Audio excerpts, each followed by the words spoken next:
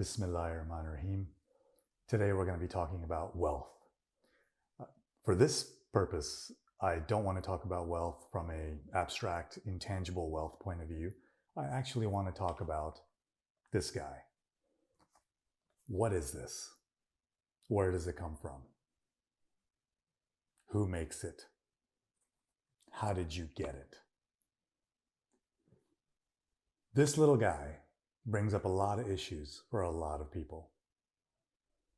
If you have a lot of these, you have one set of issues. If you have very little of these, you have another set of issues. But I want to go back and try to understand, where does this come from? Where do we get our wealth? Where do we get our money? And as Muslims, we understand that ultimately, Allah is the source of our wealth. Allah is the source of our money. But on an everyday practical level, the way we behave, the way we think, the way we operate is, I am the source of my money. I am the source of my wealth. And so, what's the disconnect? I want to tease out the idea that even though we've got a situation where we have to have some effort that we put in to get educated, get jobs, work hard, and achieve levels of success in order to have money, it makes us think that those steps that we took are the cause of us getting that money. But actually, from a spiritual point of view, Allah is the cause. Allah is the source of wealth.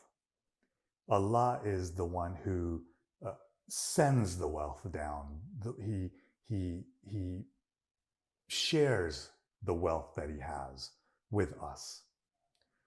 Because if you think about it, you don't just show up in the world and make things happen.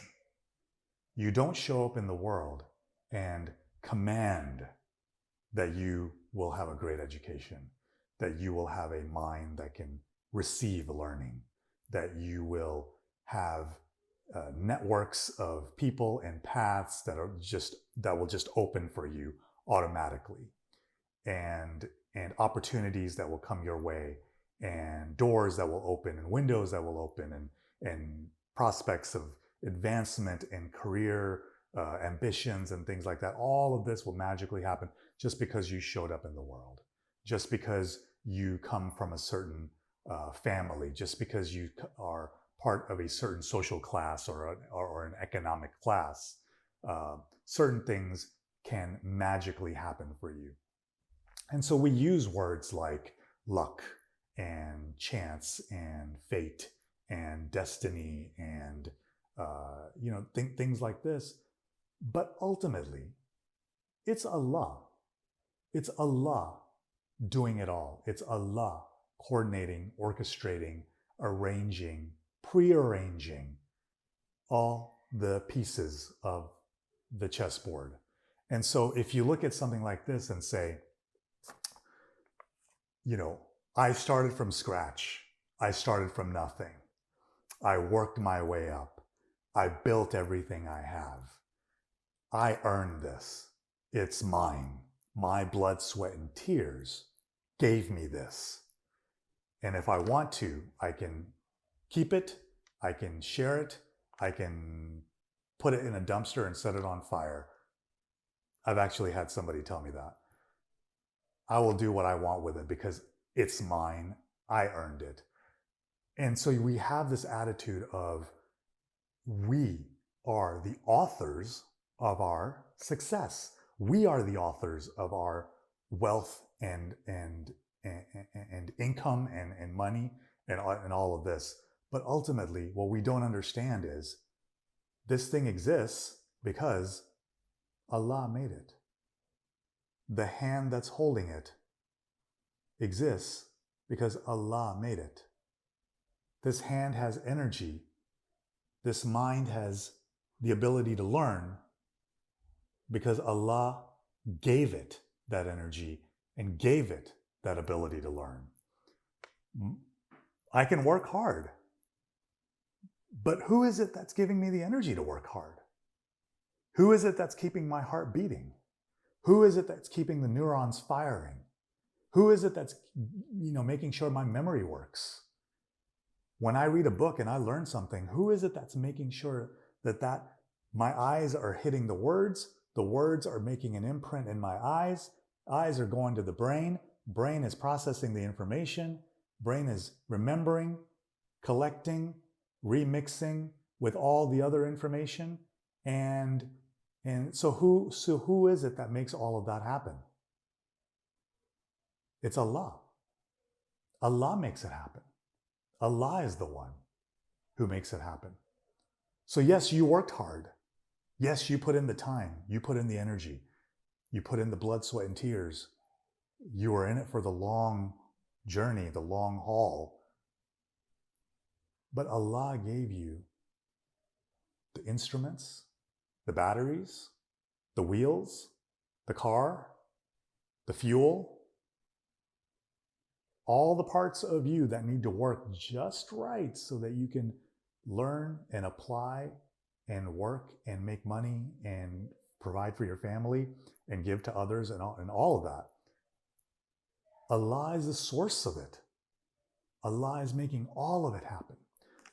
So it's not an accurate statement that this is here sitting in my hand because I did this. I am the author of this. I am the author of my wealth. I am the author of my money. It doesn't make any sense. And so we have to understand that wealth is a loan that Allah gives us. It's not an asset that is permanently ours.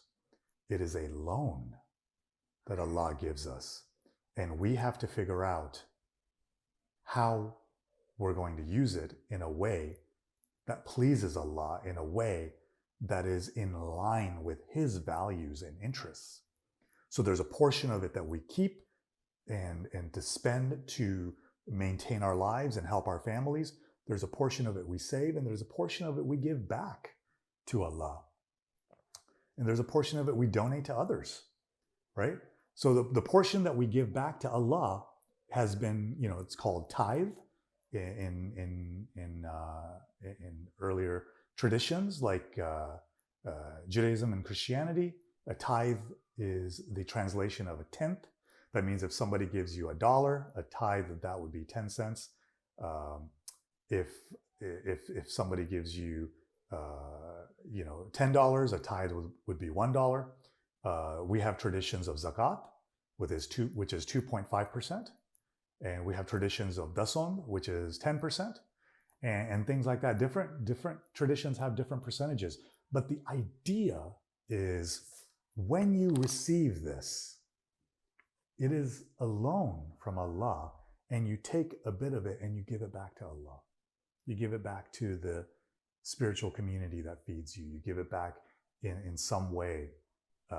As an offering, as an acknowledgement that you are the source. You are the one who gave me this.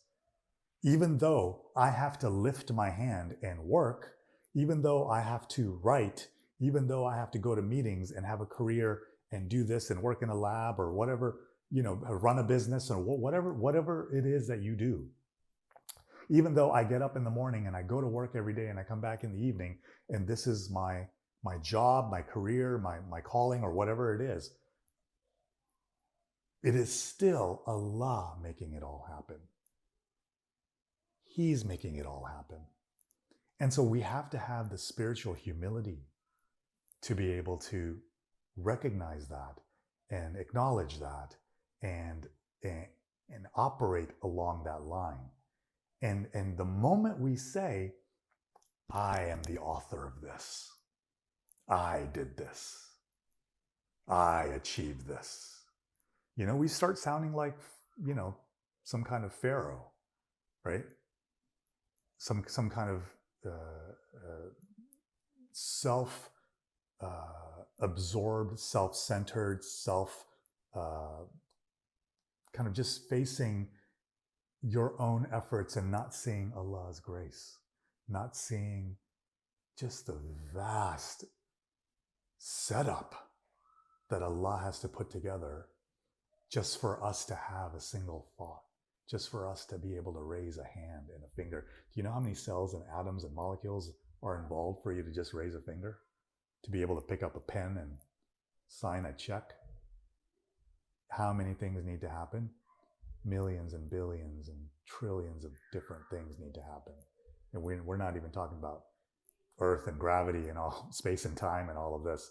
Allah is orchestrating trillions and trillions of forces just so we can lift a finger and write a check. And we don't really keep that in mind. And then we say, oh, I made this. It's my accomplishment, my achievement. It's Allah's achievement. It's Allah's accomplishment. You've been invited to play a role. You've been invited to participate happily, joyfully, and you are able to share in that. But Allah is the source. Allah is the one making it all happen. So I want to leave you with that, to understand that as part of our spiritual practice,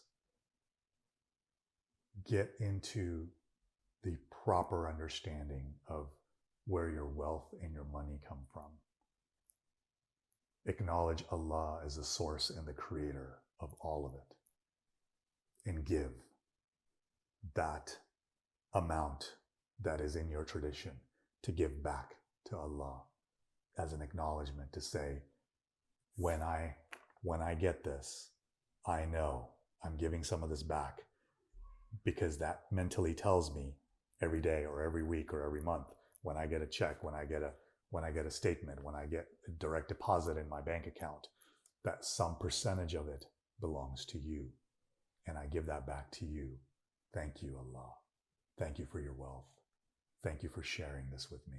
I give this back to you, and I acknowledge that even though I am working, I am making efforts, it is really you doing all of it. And even my efforts are being powered and supported by you and you alone.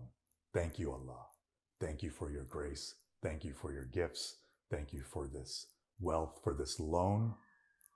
I will respectfully, humbly, and honorably receive this loan, and I will use it in a way that pleases you, that is in alignment with your values and interests.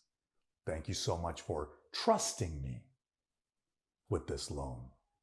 I will use it wisely and in a way that pleases you.